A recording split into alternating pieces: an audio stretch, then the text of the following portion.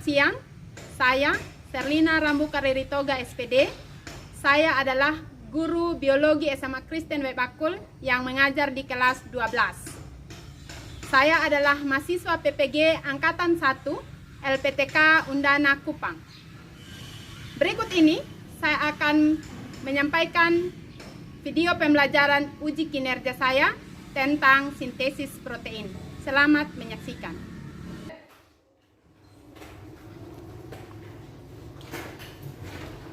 Halo. Halo. Selamat siang. Siang, Bu. Bagaimana kabarnya hari ini? Baik. Sudah siap belajar? Siap. Siap belajar? Siap. Kalau Ibu bilang siap belajar, semua rame-rame bilang siap. 1, 2, 3. Siap belajar? Siap. Sekali lagi, siap belajar? Siap. Baik. Terima kasih.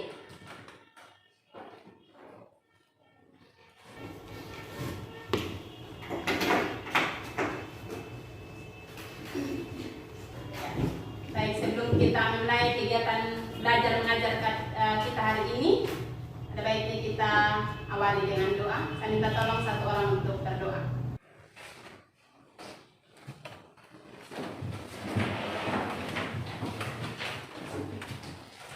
Sebelum kita mulai belajar kita pada siang hari ini, kita satu dalam doa kita berdoa. Cintamu, Engkau telah menjaga kami dari pagi pada siang hari ini.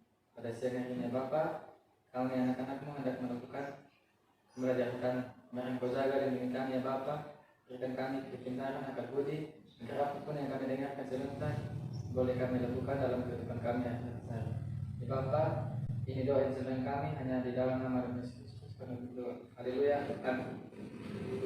Terima kasih. Kembali. Baik, kita akan absen. Ibu akan absen kita dari. Saya minta informasi dari ketua kelas. Mana ketua kelas? Ya. Berapa orang yang tidak hadir? 5 orang kita. Berapa? 5 orang. 5 orang. Ya. Berapa alfa berapa sakit? Alfa 3 sakit 3. 5 atau 6? 6 ya? Oh, 6. Ya. 6. Siapa? Yang Alfa ambil Romeo. Ya. Dengan Asna. Ya. Dengan Amina. Ya. Yang sakit? Yang sakit Andras. Angela. Dan Arun. Baik. Berarti yang hadir hari ini 28 orang. 28 orang. Baik. Terima kasih.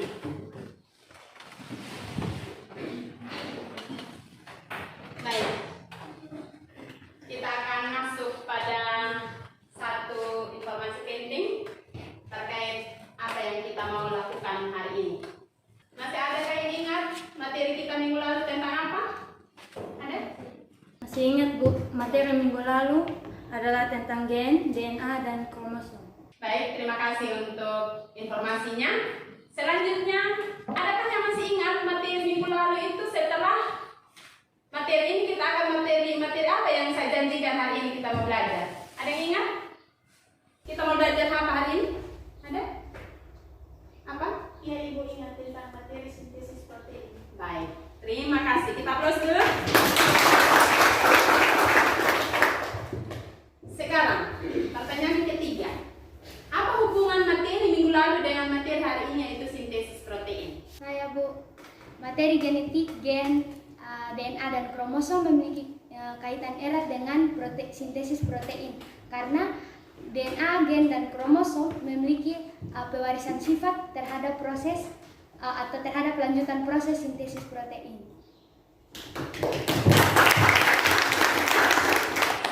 Luar biasa. Selanjutnya mari kita lihat. Ada hal yang mungkin selama ini kita lakukan dan sering sekali. Pernahkah kalian mengamati warna rambut, bentuk fisik Anda, hidung Anda, kulit Anda, membanding-bandingkan dengan saudara kandungmu, dengan orang tua kandungmu, ataukah dengan keluarga terdekatmu? Pernah? Bahkan sering kita sering melakukan itu. Siapa yang lebih bagus hidungnya, siapa yang lebih bagus rambutnya, bahkan kita sering iri. Pertanyaan selanjutnya, apakah hal yang kalian lihat itu persis dengan orang tua atau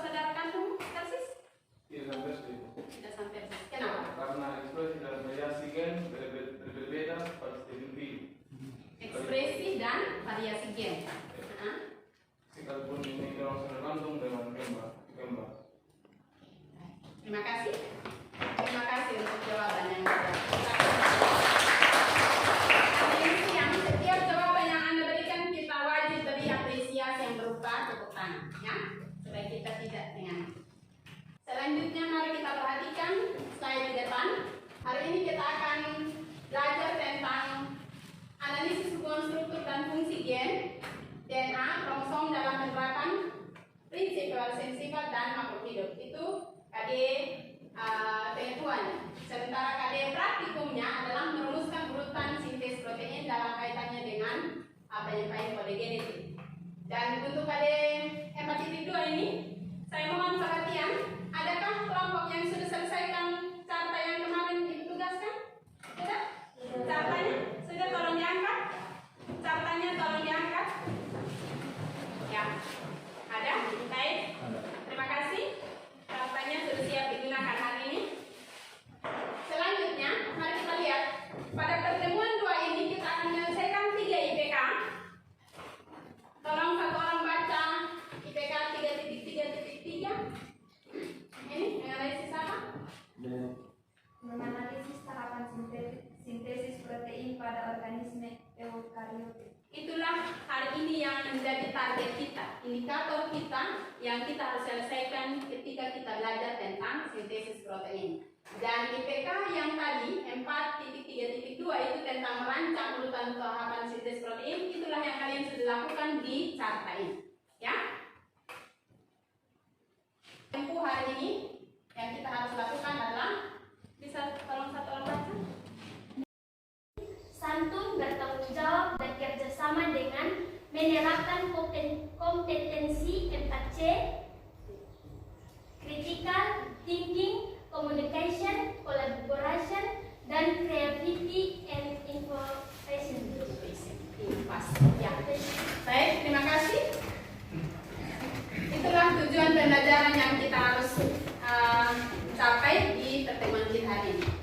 Mari kita lihat materi pembelajaran kita hari ini, sintesis protein. Apa itu sintesis protein? Di situ ada tulisan kecil bahwa sintesis protein merupakan proses penerjemahan informasi genetik yang ada pada DNA yang mengkode asam-asam amino sehingga menjadi rantai polipeptida atau yang kita kenal dengan rantai protein, ya.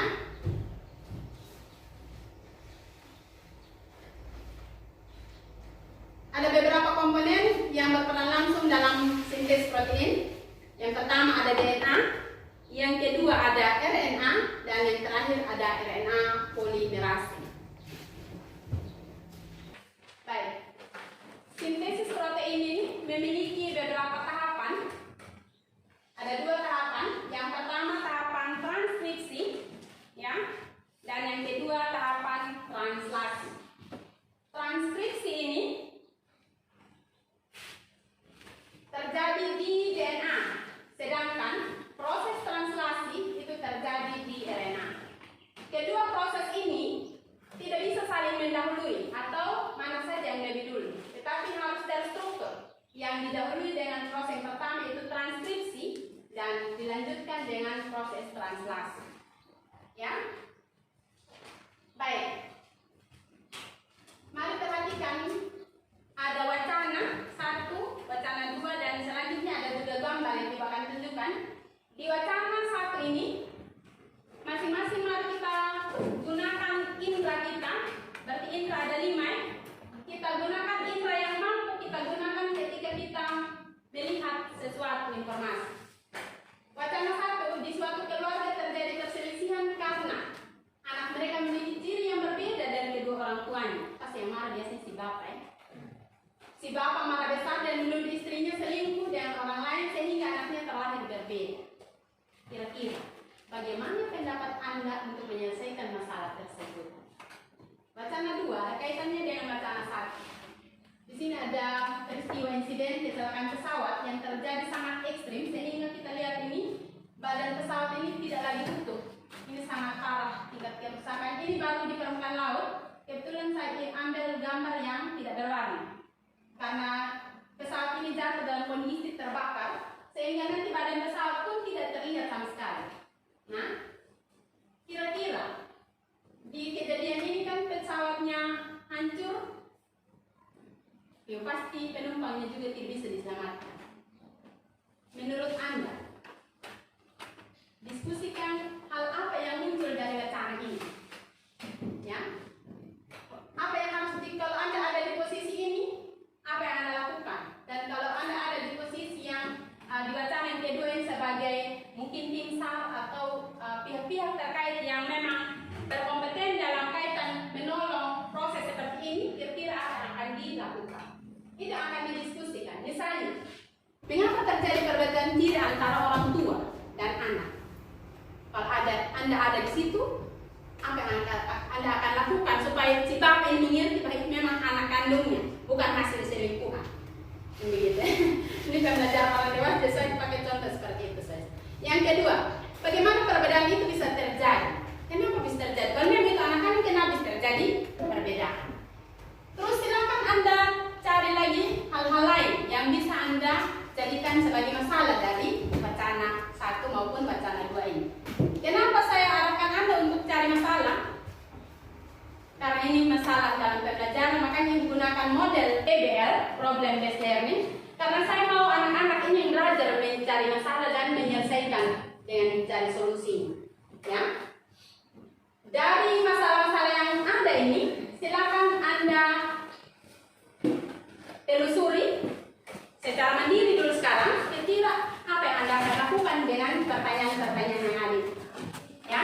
Selanjutnya, mari kita perhatikan ada gambar. Gambar ada 2 yang dipakai. Ini gambar 1 ini. Di gambar ini kita lihat ada lingkaran, ada 3 lingkaran. Lingkaran pertama UCAG. Lingkaran kedua ada juga UCAG tapi lebih banyak.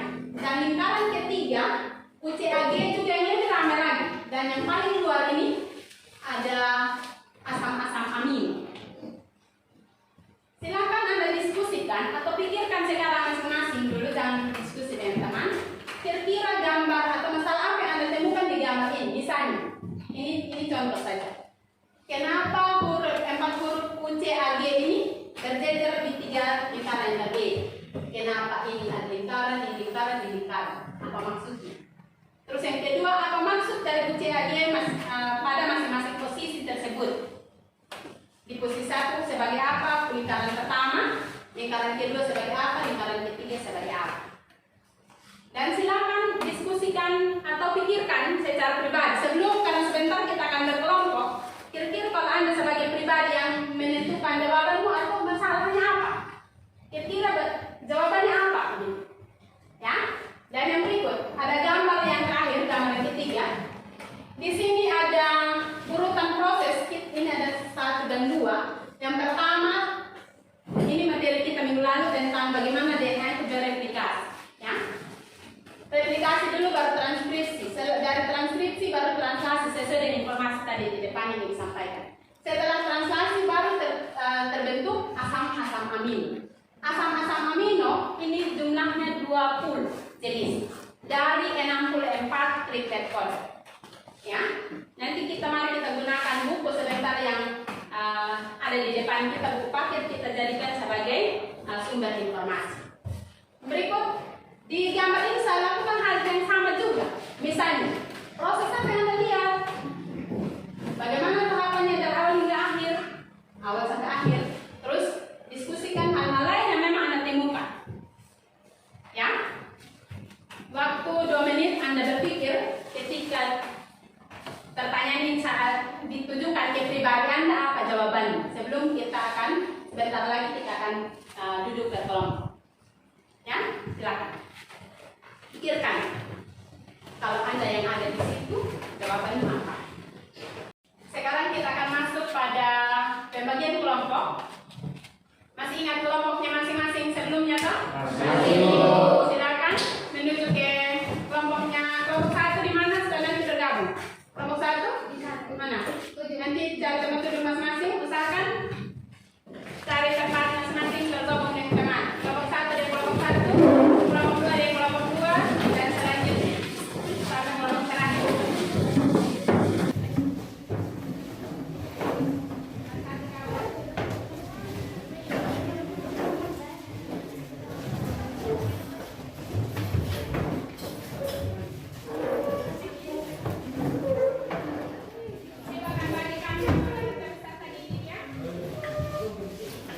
ini sekarang dibaca ada petunjuk-petunjuk yang harus dikerjakan. Pahami dulu kalau ada yang kurang di pahami petunjuknya.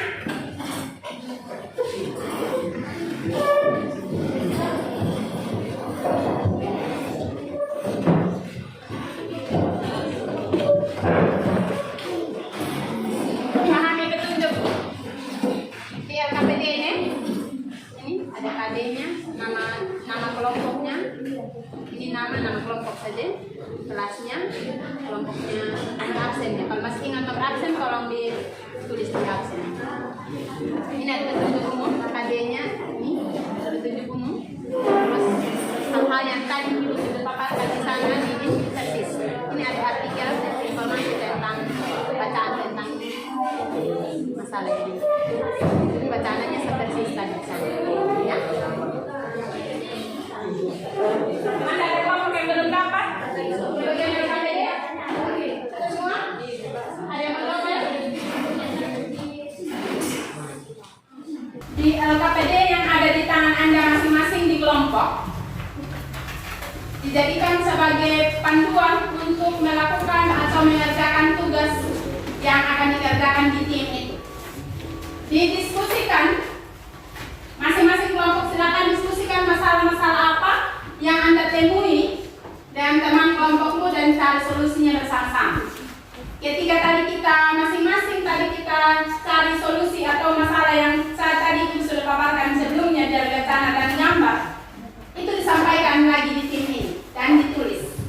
Sehingga sebentar pada saat diskusi, masing-masing itu berkontribusi satu dengan yang lain, saling berbagi, saling memberi masukan, dan harus ditulis.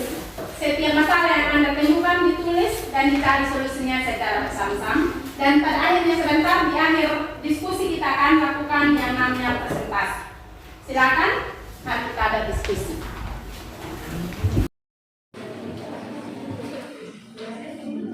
Pada suatu keluarga terjadi perselisihan karena anak mereka memiliki ciri yang berbeda dari kedua orang tuanya. Si bapak marah besar dan menuduh istrinya selingkuh dengan orang lain hingga anaknya telah berbeda. Bagaimana kamu berpendapat ini? Dengan apa? Dengan masalah.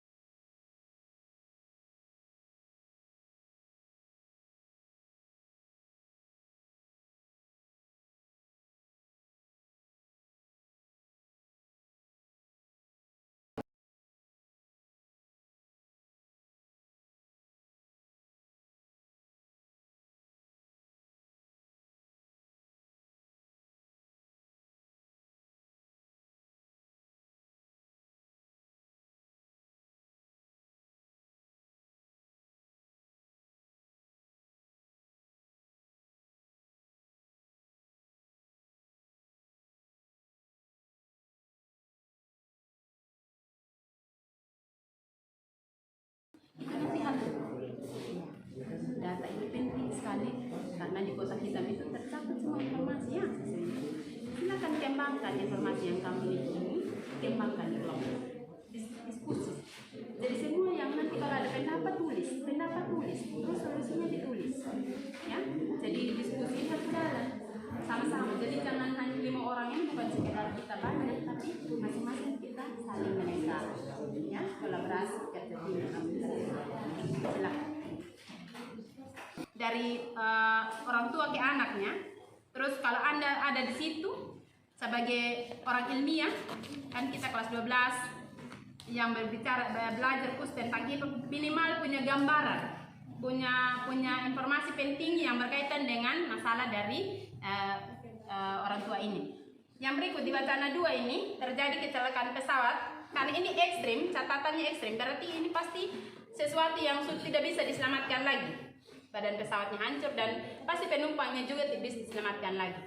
Biasanya kalau terjadi kecelakaan pesawat itu ada hal yang penting dicari. Menurut kalian apa? Mencari kotak hitam. Dan apa lagi? Selain kotak hitam? Penumpangnya toh penting. Penumpang supaya asuransi lagi semua, jadi nanti jasa raharja akan berkontribusi dalam hal itu. Nah, itu yang perlu didiskusikan. Kenapa kotak hitam harus dicari? Kenapa mayat harus diidentifikasi? Karena mungkin saja keadaan mayatnya tidak lagi utuh, ya, seperti sedia kala. Itu yang harus didiskusikan. Demikian juga di gambar ini sama gambar 1 dan 2. Ya, silakan berdiskusi. Kalau ada yang mau ditanya, silakan ditanya supaya diskusi kita bisa lanjut. Ada yang mau ditanya? Yang bagian ini kotak isinya ITS bagaimana? Baik. Ini nomor permasalahan, masalahnya apa? Jadi nomor permasalahan ini anggap saja nomor 1 ini tentang wacana. Wacana kan 1 dan 2 wacananya sama, hampir mirip ya. Jadi bisa nomor 1 permasalahan wacana 1, nomor 2 permasalahan dari wacana 2, nomor 3 permasalahan dari gambar 1, nomor 4 permasalahan dari gambar 2. Tapi permasalahannya apa? Itu nanti di strap ya. Itu maksud saya di kotak yang disediakan ini. Jadi bukan masalahnya saja ya, solusinya sekaligus. Jadi kotak ini berfungsi, kalau misalnya kurang ditambahkan saja, tulis saja di luar kotak, di sebelahnya juga masih bisa. Ya? Bisa? Ya, baik. Ya.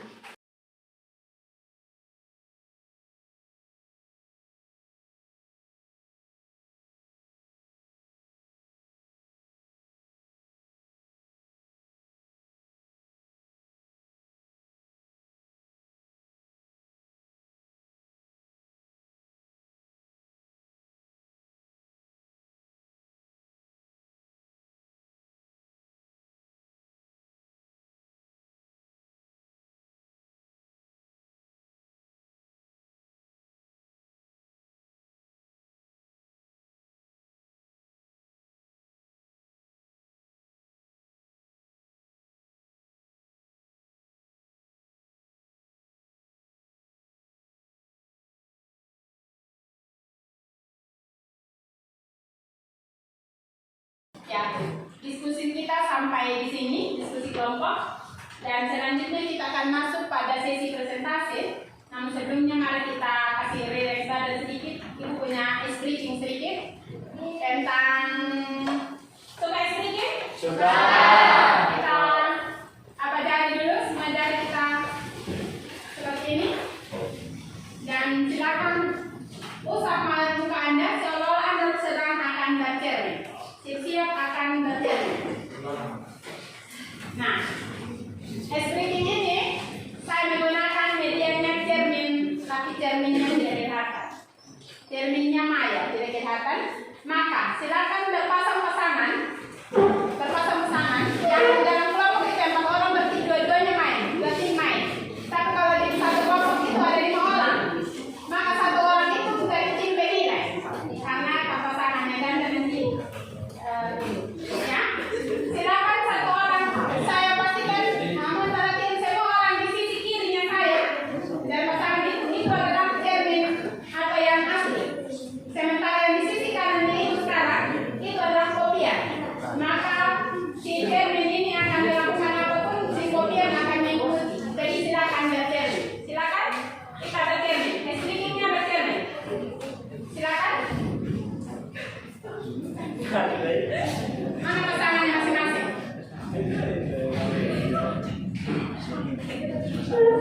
Usahakan kompak ya.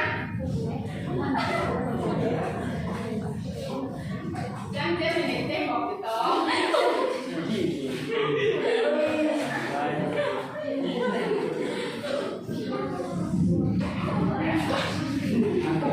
Iya. Cukup? Apa yang bisa memetik dari speaking ini? Kita belajar apa? Menurut Anda? Anda belajar untuk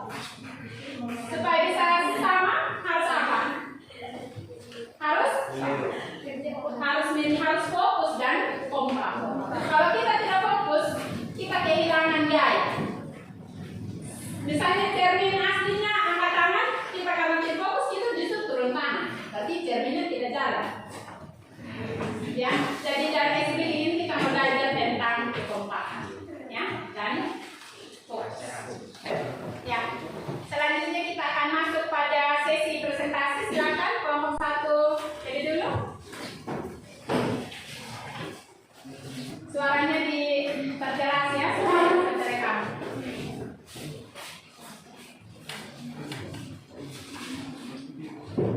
Silakan. Jadi baik, selamat siang untuk semua. Iya. Terima kasih atas waktu dan kesempatan yang diberikan kepada kami. Kami kelompok 1 akan mempresentasikan hasil diskusi kami. Jadi pertanyaan pertama untuk upacara pertama itu, mengapa terjadi perbedaan ciri antara orang tua dan anak? Nah, perbedaan ciri antara orang tua dan anak terjadi karena adanya perbedaan ekspresi gen sehingga terjadinya variasi gen. Maka dari itu, secara gen dapat kita lakukan tes DNA untuk mengetahui apakah anak tersebut anak kandung atau tidak. Wacana 2 yaitu bagaimana perbedaan itu terjadi, padahal anak itu adalah anak kandung mereka berdua. Perbedaan ini terjadi karena adanya ekspresi gen dan variasi gen dari generasi ke generasi yang selalu berubah, juga tergantung dari lingkungan. Apa yang akan kamu lakukan jika kamu menjadi tokoh penengah? Jika saya sebagai penengah mereka berdua, maka saya akan memberikan saran dengan menyampaikan kemungkinan ciri anak mereka dominan dari gen orang tua mereka berdua atau bahkan dari gen kakek nenek mereka berdua. Lanjutkan pada masalah-masalah lain yang bisa muncul dari wacana-wacana ini. Masalah-masalah lain yang muncul dari wacana-wacana ini tersebut yaitu misalkan gen yang menang dengan huruf kapital selalu menang, sedangkan gen resesi atau dengan huruf kecil selalu kalah dengan gen dominan. Untuk wacana 2 hampir sama. Bedanya di wacana 2 ini selain ada korban manusia yang harus dicari, juga ada kotak hitam yang harus dicari dan ditemukan. Mengapa? Yaitu untuk korban manusia hampir sama dengan wacana 1, yaitu dengan cara identifikasi manual tanda ciri tubuh atau identifikasi gen dengan cara tes DNA.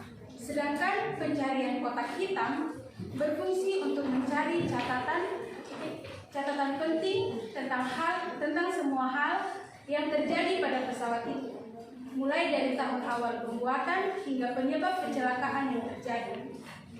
Karena kotak hitam, mereka semua kejadian yang ada di pesawat itu persis seperti fungsi DNA sebagai rekaman jejak makhluk hidup seperti warna rambut, bentuk hidung, dan lain-lain. Demikianlah penjelasan kami ucapkan terima kasih. Kita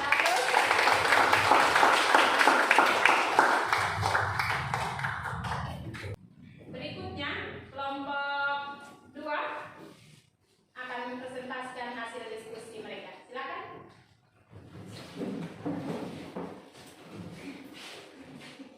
Salam, selamat siang untuk kita semua. Halo.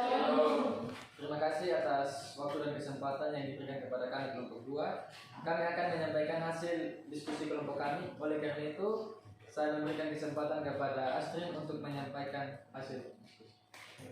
baik, dari gambar yang kami sudah analisis, ada beberapa pertanyaan yang kami sudah dapatkan, yang kami sudah ketahui. Jadi yang pertama, proses apa yang kami lihat di sini, yaitu proses ini adalah tahapan sintesis protein. Yang kedua, bagaimana tahapan-tahapannya dari awal hingga akhir, yaitu proses sintesis protein ini dimulai dari 1. Replikasi DNA untuk mengadakan diri. 2. Transkripsi di DNA untuk menghasilkan kopian DNA atau DNA non-template. 3. Translasi di RNA untuk menghasilkan asam amino untuk menghasilkan RNA duta hingga asam amino. Contohnya itu Euspris gen.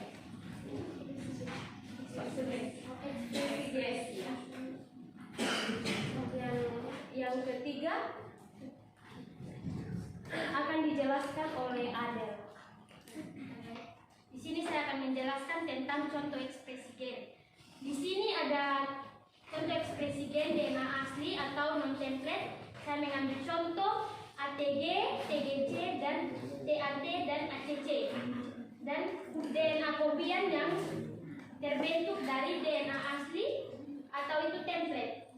A berpasangan dengan T berpasangan dengan A, G berpasangan dengan C berpasangan dengan A, G berpasangan dengan C berpasangan dengan G, T berpasangan dengan A berpasangan dengan T berpasangan dengan A berpasangan dengan T, dan C berpasangan dengan G, C berpasangan dengan D.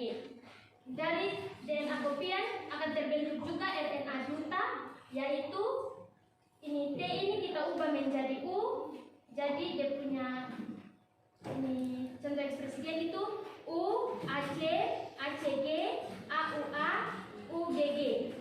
Dari RNA duta terbentuk juga RNA translate, yaitu AUG, UGC, UAU, ACC. Dari RNA translate ini terbentuk juga RNA ribosom, yaitu UAC, ACG, AUA, dan UGG. Dari semua ini akan terbentuk nanti asam amino. Sekian dan terima kasih.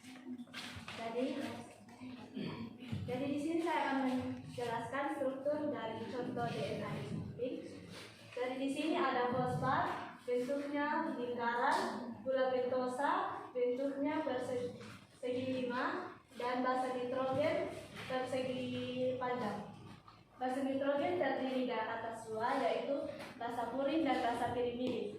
Basa purin terdiri atas adenin dan guanin, sedangkan basa pirimidin terdiri atas timin dan juga sitosin. Basa purin ini selalu berpasangan dengan basa pirimidin.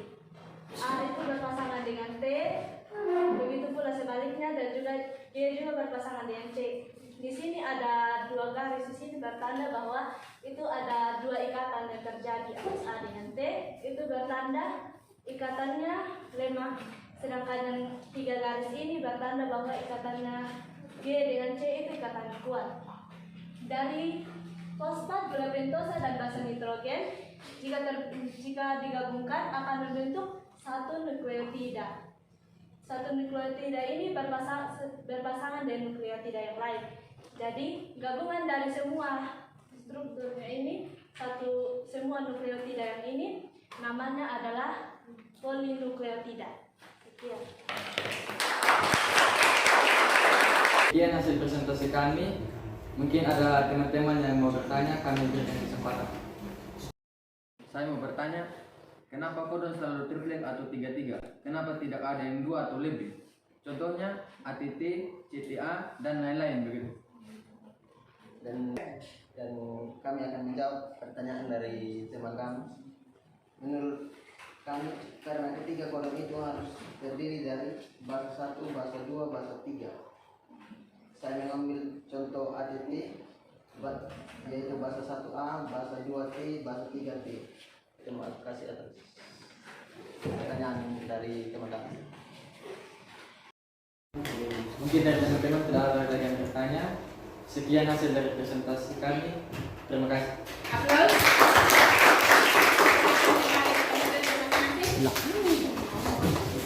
Terima kasih. Kesempatan selanjutnya kami berikan pada kelompok berikut untuk menyajikan hasil diskusi. Silakan.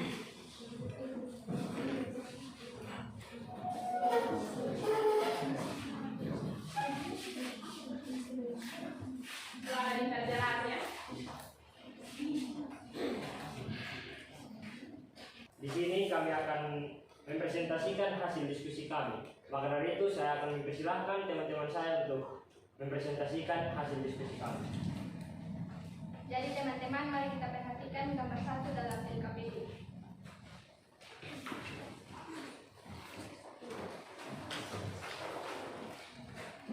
Di sini ada pertanyaan, apa maksud dari CAG pada masing-masing posisi tersebut? Jawabannya, lingkaran paling dalam atau kunci AG adalah basa nitrogen pertama. Yang berikut, lingkaran kedua kunci AG adalah basa nitrogen kedua. Yang berikut, lingkaran ketiga UJAG adalah bahasa nitrogen ketiga. Berikut, paling luar adalah 20 jenis asam amino. Dan yang terakhir, 20 jenis asam amino ini kami dapatkan dari 64 pasangan basa nitrogen. Demikian hasil diskusi kami. Bagi kawan-kawan yang mau bertanya, kami persilahkan. Saya akan bertanya kepada kelompok 3, kenapa adenin selalu berpasangan dengan timin dan guanin selalu berpasangan dengan sitosin? Kenapa tidak diganti dengan yang lain? Ya, terima kasih untuk pertanyaan yang diberikan kepada kami. Saya akan menjawab pertanyaan tersebut. Menurut saya, adenin berpasangan dengan timin dan guanin berpasangan dengan sitosin karena basa purin A dan G pasangannya berada di basa pirimidin, yaitu basa purin A berpasangan dengan basa pirimidin T dan basa purin G berpasangan dengan basa pirimidin T. Demikian yang bisa saya jawab. Saya kembalikan ke narator. Jadi baik kawan-kawan, demikian juga hasil presentasi kami. Berikan kesempatan pada kelompok berikut untuk menyajikan hasil diskusinya. Silakan.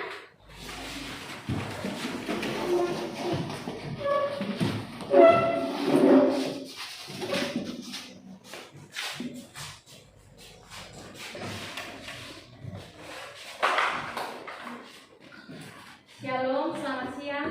Shalom. Terima kasih atas waktu dan kesempatan yang diberikan kepada kami. Kami akan mempresentasikan hasil diskusi kami. Jadi baik, di sini kami akan memprediksikan kelalaian genetik karena kesalahan proses sintesis protein. Masalah yang pertama yaitu, apakah proses sintesis protein pada makhluk hidup selalu berjalan baik? Tidak selalu baik, bisa saja terjadi kesalahan. Masalah yang kedua, jika mungkin terjadi kesalahan apa saja contoh di alam sekitar yang Anda lihat? Banyak contoh yang ada di sekitar kita, misalnya adanya gen resesif yang selalu tersembunyi, seperti contoh kasus wacana di atas. Demikian hasil presentasi kami. Terima kasih.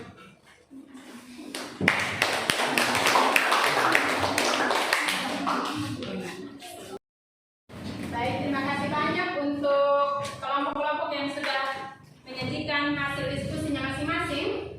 Selanjutnya kita akan masuk pada kesimpulan. Pada kesimpulan ini saya minta untuk siswa bisa menyimpulkan apa yang kita sudah dapatkan dari proses diskusi kita, mulai dari materi sampai dengan hasil diskusi hari ini. Ada yang mau? Silakan. Jadi kesimpulan dari materi yang kita pelajari pada hari ini yaitu, hari ini 3 hal penting yang kami pelajari, yaitu kami dapat memahami tentang pertama tahapan sintesis protein yang dimana terdiri atas 5 tahapan. Yang tahapan pertama yaitu transkripsi, tahapan kedua translasi, tahapan ketiga RNA duta membentuk kodon, tahapan keempat RNA transfer membentuk antikodon, dan tahapan terakhir atau tahapan kelima membentuk tahapan kelima yaitu RNA ribosom membentuk asam-asam amino. Yang kedua, urutan proses sintesis protein melalui penerapannya pada contoh menggunakan carta. Dan masalah yang ketiga, kami dapat mengetahui kelainan genetik karena kesalahan proses sintesis protein seperti sindrom Down, sindrom Klineter, sindrom Edwards, dan sindrom Turner. Sekian kesimpulannya. Kita close. Ibu menambahkan sedikit dari hal yang kita pelajari hari ini tentang sintesis protein. Kita belajar tentang 2 peristiwa penting di sana, yaitu yang pertama transkripsi yang terjadi di DNA dan yang kedua translasi yang terjadi di RNA. Terima kasih untuk teman kita yang sudah menyampaikan rangkuman di poin 1 tadi dengan sangat baik atau alur atau sintak daripada proses-proses yang ada di sintesis protein ini. Ya, kalau kita ibu lihat tadi hanya 2, tapi yang kedua ini punya 4 tahap. Yang pertama tadi sudah dijelaskan oleh teman kita bahwa transkripsi, translasi, RNA duta dibentuk, RNA transfer, dan yang terakhir RNA ribosom. Ya, terima kasih. Dan selanjutnya pada penggunaan kata yang tadi oleh teman kita yang sudah mempresentasikan, ini sudah sangat bagus. Kembali jadi poin penting di sini, kenapa ini selalu bulat? Ini yang bulat ini adalah fosfat. Fosfat ini berikatan dengan gula pentosa dan juga dengan basa nitrogen. Bentuknya gula pentosa tadi kelompok sudah sangat baik menyajikan bahwa bentuknya selalu segi 5. Ini gula pentosa semua ini. Gula pentosa dari ribosom berbeda dengan gula pentosa dari DNA sangat berbeda jauh dengan gula pentosa dari RNA. Kita masih ingat mungkin materi minggu lalu di pertemuan sebelumnya bahwa gula pentosanya bentuknya sama tapi rujukannya berbeda. Kalau gula pentosa di DNA itu namanya deoksiribosa. Sementara gula pentosa untuk RNA namanya ribosa, ya. Sementara basa nitrogennya sama. Yang membedakan antara DNA dan RNA hanya di T. Di RNA tidak ada T, hanya ada U. Sementara di DNA tidak ada U, hanya ada T. Demikian itu. Pasangan tadi teman kita sudah menjelaskan dengan sangat baik. Ketika 3 ini berpasangan lengkap, misalnya ada fosfat, ada gula pentosa, dan ada basa nitrogen, namanya adalah nukleotida. Kalau satu nukleotida berpasangan dengan nukleotida yang lain dan jumlahnya lebih dari 1, namanya polinukleotida. Ya. Dan yang terakhir, bahwa namanya alam terjadi siklus yang natural tapi juga dipengaruhi oleh 2 faktor. Ada faktor internal dan faktor eksternal. Faktor internal yang mempengaruhi ekspresi gen sehingga saya tadi, kalau kita masih ingat pertanyaan persepsi tadi, saya dan Anda, atau jangankan saya dan Anda yang beda rahim, dengan kita saudara serahim pun, atau jangankan itu, yang kembar sekalipun kita bisa lihat tetap ada perbedaannya hanya karena jawaban yang pertama tadi, ekspresi gen. Jadi gen yang muncul ketika tadi misalnya itu contoh kan, kita buat contoh, salah satu contoh misalnya DNA aslinya, misalnya ATC TAG misalnya, maka kopiannya DNA kopiannya apa? A pasangan dengan T, T pasangan dengan C pasangan dengan D, T pasangan dengan A pasangan dengan D, G pasangan dengan C. Harusnya ini yang benar. Ini yang benar. Tapi karena keadaan tertentu tiba-tiba ini bukan A, misalnya dia tetap T, misalnya ini bukan A, mungkin ini G, maka ini ada sesuatu yang salah di sini. Maka nanti hasilnya akan berbeda dari rujukan aslinya. Yang dirujuk harusnya yang tadi kita sebutkan pertama, tapi karena kesalahan ini sudah yang disebut dengan kesalahan pada saat duplikasi, ya. Jadi sampaikan, ada yang masih kurang dipahami? Pas? Baik. Terima kasih banyak untuk semua kelompok yang sudah tampil. Mari kita arahkan pandangan kita ke slide ini. Saya mengajak kita untuk berefleksi sebentar. Silakan, ada soal 1, 2, 3 catatan refleksi yang harus anak-anak kerjakan. Beri saran kepada ibu tentang hal apa, bagaimana menurut Anda tentang pembelajaran kita hari ini. Dan yang kedua, hal baik apa yang Anda dapatkan dalam proses hari ini. Yang terakhir, apa yang perlu diperbaiki pada pembelajaran ke depan. Harapan Anda kepada ibu. Ya, waktunya saya berikan untuk Anda mengerjakan tes refleksi. Bukan tes, mengisi refleksi. Ya, kalau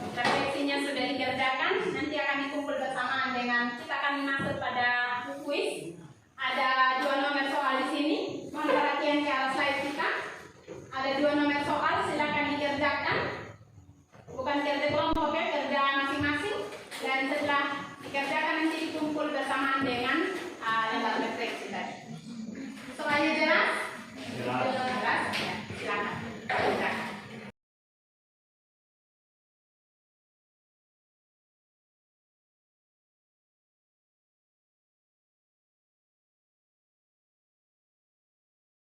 Waktu kuis kita selesai, silakan satu orang dari belakang bantu teman-teman untuk mengumpulkan hasil tesnya.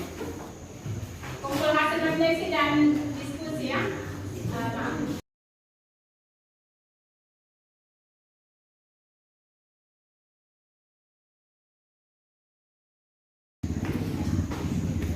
Terima kasih sudah berpartisipasi dengan sangat baik dalam proses diskusi dan juga proses pembelajaran kita hari ini. Informasi selanjutnya minggu depan kita akan belajar di KD yang baru tentang pembelahan sel. Tolong belajar tentang amitosis, mitosis, dan meiosis. Itu akan kita pelajari pada pertemuan selanjutnya. Dan selanjutnya kita akan masuk pada doa tutup. Mohon kesediaan satu orang untuk memimpin dalam doa.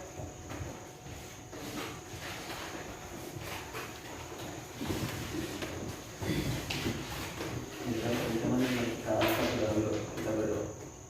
Kembali kita pernah hadirat ya Tuhan, karena begitu cerdas pernyataan Tuhan.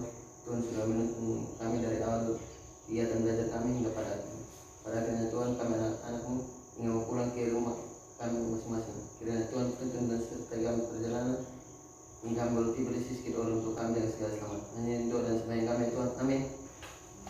Terima kasih. Shalom. Sampai jumpa minggu depan. Shalom.